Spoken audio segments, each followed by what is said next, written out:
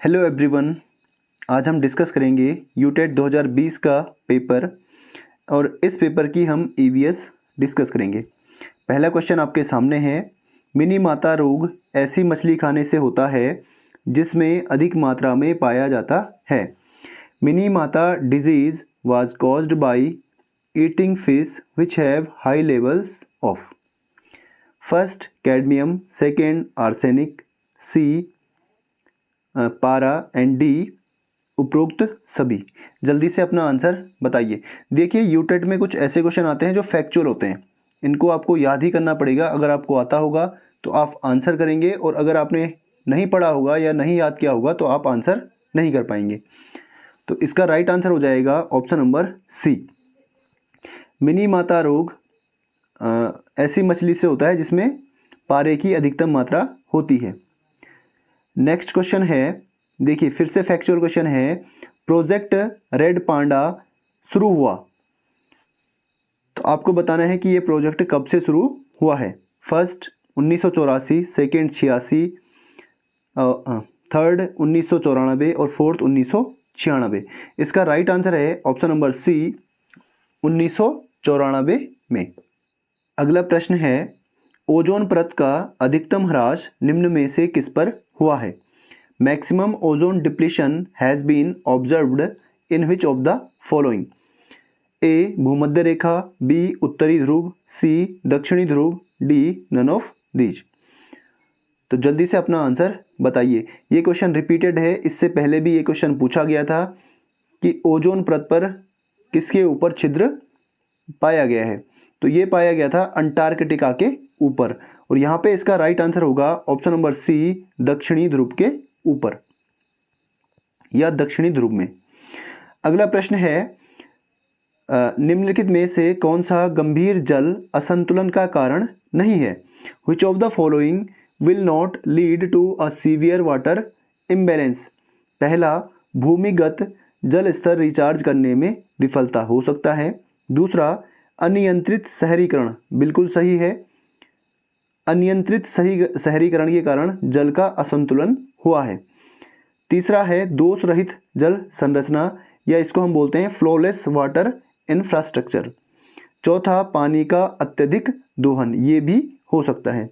तो इसका right answer हो जाएगा ऑप्शन नंबर सी, दोष रहित जल संरचना, फ्लोलेस वाटर इंफ्रास्ट्रक्चर। जो हम इंफ्रास्ट्रक्चर बनाते हैं जिसमें वाटर का फ्लो दोष रहित है, मीन्स उसमें एक प्रॉपर क्या है, वाटर फ्लो नहीं है, तो ये वाला ऑप्शन नहीं हो सकता है, लेकिन ये सारे ऑप्शन हो सकते हैं। ठीक है, तो इसका राइट आंसर होगा ऑप्शन नंबर सी, दोष रहित जल संरचना। अगला क्वेश्चन है, wild life institute of India, wild life institute of India located, ये कहाँ पर स्थित है। पहला अहमदाबाद, दूसरा दिल्ली, तीसरा कोयम्बटूर, चौथा देहरादून। तो इसका राइट आंसर है ऑप्शन नंबर डी, देहरादून। कहाँ पे स्थित है, देहरादून में। अगला प्रश्न है, पंकज अपने छात्रों को यह सुझाव देना चाहता है कि कैसे एक व्यक्ति पर्यावरण संरक्षण में सर्वोत्तम तरीके से योगदान दे सकता है। उसका सबसे अच्छा सुझाव होगा। Pankaj wants to suggest his students as to how an individual can contribute in the best possible way towards environmental protection. His best suggestion would be, यात्रा के लिए सार्वजनिक परिवहन प्रणाली का प्रयोग करें। निजी वाहन जैसे कार, स्कूटर आदि न रखना। बार बार घर से बाहर जाने से बचें। निजी वाहन के इंजन की नियमित रूप से जांच करें।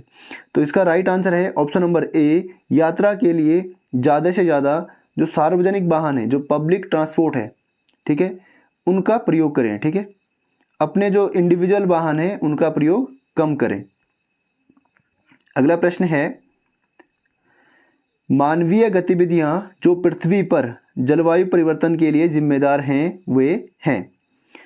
Human activities that cause climate change on the earth include, पहला एरोजोल केन का उपयोग। दूसरा, कृषि क्रियाकलाप हो सकते हैं, क्योंकि कृषि क्रियाकलापों में हम क्या करते हैं, बहुत सारे कीटनाशक जो होते हैं उनका प्रयोग करते हैं।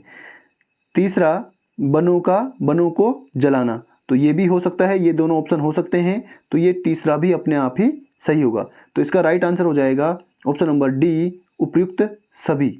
नेक्स्ट क्वेश्चन है, केचुआ किसान का मित्र माना जाता है, निम्न में से उसके लिए सही कारण चुनें। Earthworms are considered friends of the farmers, select the correct reason from the following for the same. पहला, केचुए मृत पत्तियों और पौधों को खाते हैं और उनकी पातन मिट्टी को उर्वरा बनाती है। उनकी पातन का मतलब है जो उनका मल होता है वो मिट्टी को उर्वरा या उपजाऊ बनाता है। तो ये बिल्कुल सही है, ये मृत पत्तियों यानी सड़ी गली पत्तियों को खाते हैं। दूसरा, केचुए खरपतवार खाते हैं और मुख्य फसल बचाते हैं। देखिए ये खरपतवार तो खाते हैं लेकिन मुख्य फसल को नहीं बचाते। तीसरा है, केचुए नीचे की खुदाई कर मिट्टी को नर्म बनाते हैं। ठीक है, ये भी बिल्कुल सही है। चौथा है, केचुए की खुदाई हवा और पानी मिट्टी में आसानी से पहुंचाती है। जो केचुए खुदाई करते हैं उसकी वजह से मिट्टी के अंदर हवा और पानी प्रचुर मात्रा में आसानी से पहुंच जाती है। तो इसका राइट, ये भी बिल्कुल क्या है, सही है। तो पहला, तीसरा और चौथा, तो इसका राइट आंसर हो जाएगा ऑप्शन नंबर बी, पहला, तीसरा और चौथा। अगला प्रश्न है, निम्नलिखित में से कौन बायोडीजल उत्पन्न करने के लिए जाना जाता है। Which of the following is known for producing biodiesel.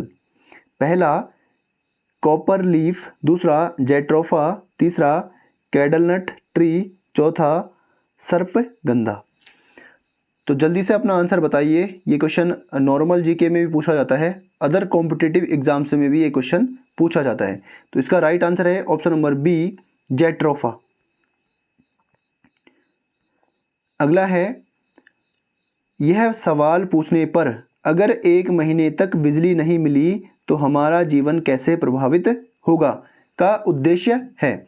Asking the question how will our life get affected if there were no electricity for a month aims at. पहला, विवेकपूर्ण ढंग से बिजली का उपयोग करने हेतु छात्रों को संवेदनशील बनाना हो सकता है। बिजली के स्रोत पर छात्रों का आकलन करना, छात्रों की कल्पनाशीलता और सोच कौशल को बढ़ावा देना, सामान्य जागरूकता पर छात्रों का आकलन करना। तो यहाँ पे आप देख सकते हैं इसके 2 आंसर बन सकते हैं। पहला, विवेकपूर्ण ढंग से बिजली का उपयोग करने हेतु छात्रों को संवेदनशील बनाना। ठीक है, ये भी हो सकता है। और इसका सी वाला ऑप्शन जो है ये भी हो सकता है, छात्रों में कल्पनाशीलता और सोच कौशल को बढ़ावा देना। तो अगर ये क्वेश्चन सीटेट में आता तो इसका आंसर सी वाला बिल्कुल सही होता। ठीक है, तो यहाँ पे मैं जाऊँगा सी के साथ। वैसे दोनों हो सकते हैं लेकिन इसका जो एप्रोप्रिएट आंसर हो सकता है वो हो सकता है सी, छात्रों में कल्पनाशीलता और सोच कौशल को बढ़ाना। अगला प्रश्न है, कार्बोहाइड्रेट और प्रोटीन दोनों में पाए जाने वाला सामान्य तत्व है। Common element which is present in both carbohydrate and protein is A chlorine, B nitrogen, C carbon, D sulphur. इसका राइट आंसर है option number C, carbon. Next question है, झूम खेती पाई जाती है। झूम कल्टीवेशन इज प्रैक्टाइज्ड इन। तो वैसे झूम खेती कहाँ पाई जाती है, मिजोरम में। कहाँ पाई जाती है, मिजोरम में। लेकिन इन ऑप्शंस में मिजोरम नहीं है। तो झूम खेती जो होती है वो पूर्वोत्तर राज्यों में होती है। ठीक है, पूर्व से उत्तर तक के राज्यों के बीच होती है। तो ये तो नीचे का राज्य है, दक्षिण का राज्य है, मध्य प्रदेश बीच में आता है और बिहार भी बीच में आता है। तो इसका राइट आंसर हो जाएगा ऑप्शन नंबर सी, मेघालय। अगला प्रश्न है, निम्न में से कौन सी पराबैंगनी किरण सबसे खतरनाक है। Which of the following ultraviolet rays is most dangerous. पहला UVA, UVB, UVC। तो इसका राइट आंसर है option number C, ultraviolet rays C. अगला प्रश्न है, ग्रीन पीस इंटरनेशनल का मुख्यालय स्थित है। Headquarter of Greenpeace international is located at. पहला न्यूयॉर्क, दूसरा एम्स्टर्डम, तीसरा दिल्ली, चौथा नागासाकी। तो इसका राइट आंसर है option number B, Amsterdam, Netherland में। कहाँ पे है? एम्स्टर्डम, नीदरलैंड में। अगला प्रश्न है, नदी के जल में प्रदूषण स्तर मापा जाता है। Pollution level in river water is measured by. A ATP द्वारा, बी STP द्वारा, सी BOD द्वारा और डी GTP द्वारा। तो इसका राइट आंसर है ऑप्शन नंबर सी, BOD द्वारा। इसकी जो फुल फॉर्म है वो है biochemical oxygen demand. Biochemical oxygen demand. इसमें हम क्या करते हैं, पानी में जल की जो ऑक्सीजन की जो मात्रा होती है उसको मेजर करते हैं। यदि पानी में ऑक्सीजन का लेवल कम होता है तो यहाँ पे जल प्रदूषण पाया जाता है। ठीक है। अगला है, हरित मफलर संबंधित है। Green muffler is related to. पहला मृदा प्रदूषण से, दूसरा वायु प्रदूषण से, तीसरा ध्वनि प्रदूषण से, चौथा जल प्रदूषण से। इसका राइट आंसर है ऑप्शन नंबर सी, ध्वनि प्रदूषण से। जो ध्वनि प्रदूषण होता है उसको ऑब्जर्व करने के लिए इसमें क्या करते हैं, पेड़ पौधों या हरी घास को लगाया जाता है। वो क्या करता है, अत्यधिक तेज ध्वनि को अवशोषित कर लेता है, इसीलिए इसको ग्रीन मफलर कहते हैं। अगला प्रश्न है, विश्व पर्यावरण दिवस 2020 का विषय वस्तु क्या था? ए वायु प्रदूषण, बी 7 अरब लोग एक ग्रह सावधानी के साथ उपभोग, सी अपनी आवाज़ उठाओ समुद्र का स्तर नहीं, डी जैव विविधता बायोडाइवर्सिटी। तो इसका राइट आंसर है ऑप्शन नंबर डी, 2020 की जो पर्यावरण दिवस की थीम थी वो थी बायोडाइवर्सिटी। ठीक है। अब आपको बताना है ऑप्शन में कि पर्यावरण दिवस कब मनाया जाता है, क्योंकि इससे पहले वाले पेपर में भी पर्यावरण दिवस का क्वेश्चन आया है। ठीक है। दूसरा, आपको एक चीज़ और याद रखनी है, जो 2023 में पर्यावरण दिवस मनाया गया है इसकी थीम क्या है? इसकी थीम है सॉल्यूशंस टू प्लास्टिक पॉल्यूशन। क्या है? Solutions to plastic pollution. इसको आपको इंग्लिश में ही याद रखना है ताकि आप सही आंसर लगा पाएँ, क्योंकि इंग्लिश में जो लिखा होता है वो सही रहता है। कई बार क्या होता है कि हिंदी में एक ही वर्ड के अलग अलग मीनिंग यूज़ किए जाते हैं। ठीक है। तो इंग्लिश में अगर आप याद रखते हैं तो वो ज़्यादा बेटर रहेगा। अगला क्वेश्चन है, वायु प्रदूषण प्रकरण पढ़ाने के लिए 4 अलग अलग विज्ञान शिक्षक 4 तरह की शिक्षण पद्धतियों का उपयोग करते हैं। निम्नलिखित में से कौन सी पद्धति सबसे ज़्यादा उचित है? To teach the chapter on air pollution four different science teachers used different teaching methodology, which of them is best suited? पहला, प्रकरण पूरा करने के बाद अभ्यास में दिए गए सभी प्रश्नों के उत्तर लिखवाना। विद्यार्थी को पर्यावरण प्रदूषण पर वृत्तचित्र दिखाना। वृत्तचित्र का मतलब है डॉक्यूमेंट्री। ठीक है, डॉक्यूमेंट्री फिल्म दिखाना। अगला है, विद्यार्थियों को कहना कि वे दीपावली से पहले और बाद में वायु के नमूने इकट्ठा करें और उनकी गुणवत्ता का अध्ययन करते हुए निष्कर्षों को सारणीकृत करें। तो इसके दोनों ऑप्शन हो सकते हैं। और लास्ट है, विद्यार्थियों को पाठ्यपुस्तक में से प्रकरण का सस्वर पाठन के लिए कहना और संकल्पना शब्दावली का अर्थ स्पष्ट करना। देखिए, सस्वर पाठन यहाँ पे गलत हो जाएगा, क्योंकि सस्वर पाठन से उनकी कोई स्किल नहीं बढ़ रही है और उनको ना ही नॉलेज हो रही है इतनी। ठीक है। तो यहाँ पे जो 2 ऑप्शन हैं वो 2 ऑप्शन हो सकते हैं, एक तो हो सकता है बी और एक हो सकता है सी। अगर मेरे हिसाब से देखें तो मेरे हिसाब से ऑप्शन नंबर सी इसमें राइट होगा।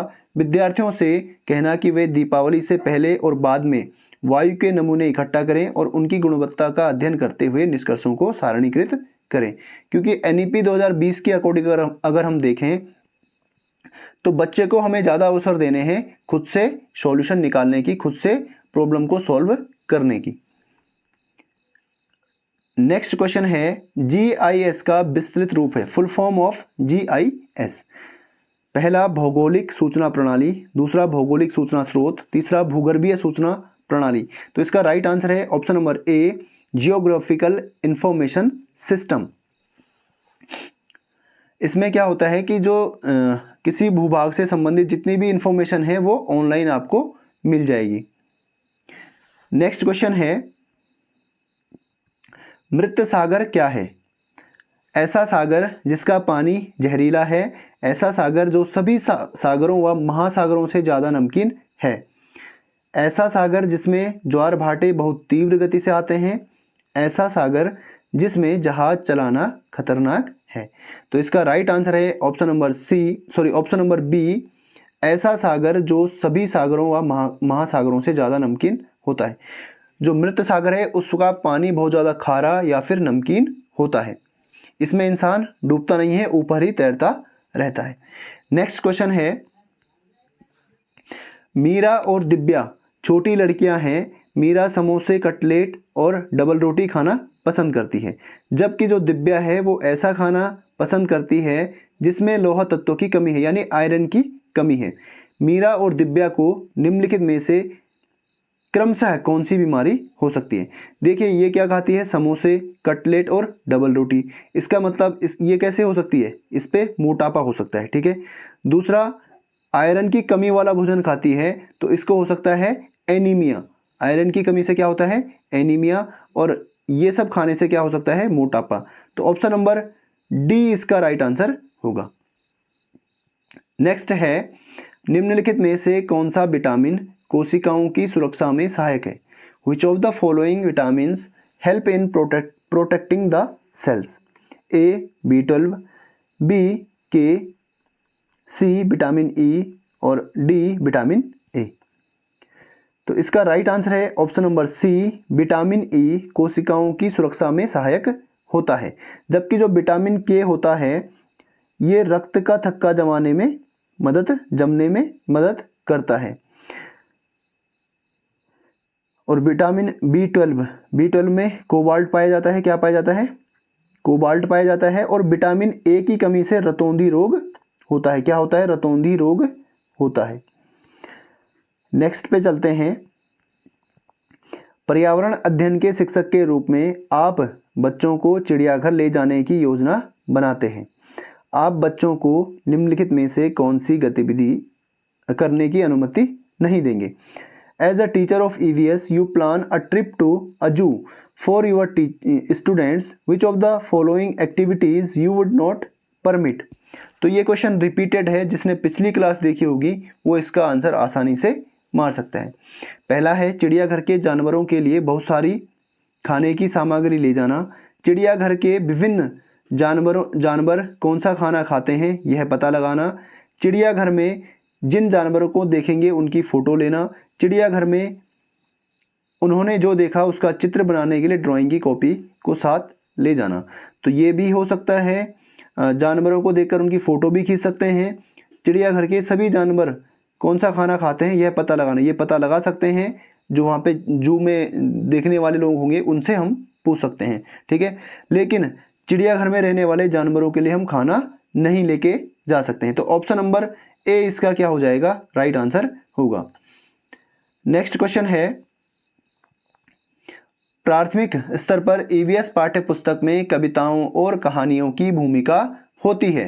The role of poem and stories in EVS textbook at primary level is 2। पहला, मौलिक अवधारणाओं की बेहतर समझ को बढ़ाना। दूसरा, नियमित शिक्षण शैली में बदलाव लाना। छात्रों में साहित्यिक कौशल विकसित करना। ये भी गलत है, ये भी गलत है और ये भी गलत है। तो इसका राइट आंसर होगा विषय को सीखने में अधिक रुचिकर एवं मनोरंजक बनाना। EVS की जो टेक्स्ट बुक है, जो उसकी पुस्तक है, उसमें कहानियों और कविताओं को इसलिए रखा गया है ताकि हम ईवीएस को मनोरंजक तरीके से, रुचिपूर्ण तरीके से पढ़ा सकें। अगला प्रश्न है, पर्यावरण अध्ययन के शिक्षक को बच्चों के दृष्टिकोण को स्वीकार करना एवं सम्मान देना चाहिए, करना चाहिए। अभिभावक के विचारों को स्वीकार करना चाहिए एवं सम्मान देना चाहिए, ये भी देना चाहिए। विशेषतः प्रयोगों पर ध्यान देना चाहिए, ये भी करना चाहिए।